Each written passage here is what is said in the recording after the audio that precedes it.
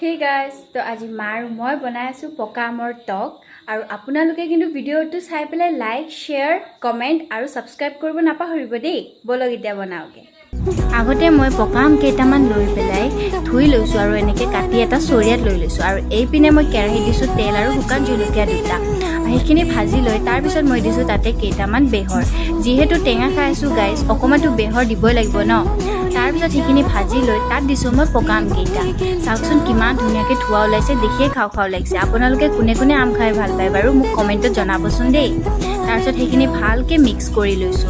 চাওকচোন কিমান ধুনীয়া লাগিছে দেখিবলৈ। তাতে মই দিলো তাৰপিছত নিমখ আৰু হালধি, সেইখিনি দি পেলাই ভালকে ভাজি লৈছো। আপোনালোকে কিন্তু এইটো ৰেচিপি ঘৰত ট্ৰাই কৰি চাব দেই, বহুত টেষ্টি লাগে খাবলৈ। এনেকে মিক্স কৰি লৈ পেলাই তাতে মই ঢাকনি দি দিলো। তাৰ অলপ পিছতে মই দিলো পানী আৰু চাওকচোন কিমান ধুনীয়াকে উতলিছে আৰু কালাৰটোও কিমান ধুনীয়া লাগে দেখিবলৈ। আৰু এই পিনে আমাৰ আমৰ টক হৈ গ'ল ৰেডি। খাবলৈ নাপাহৰিব।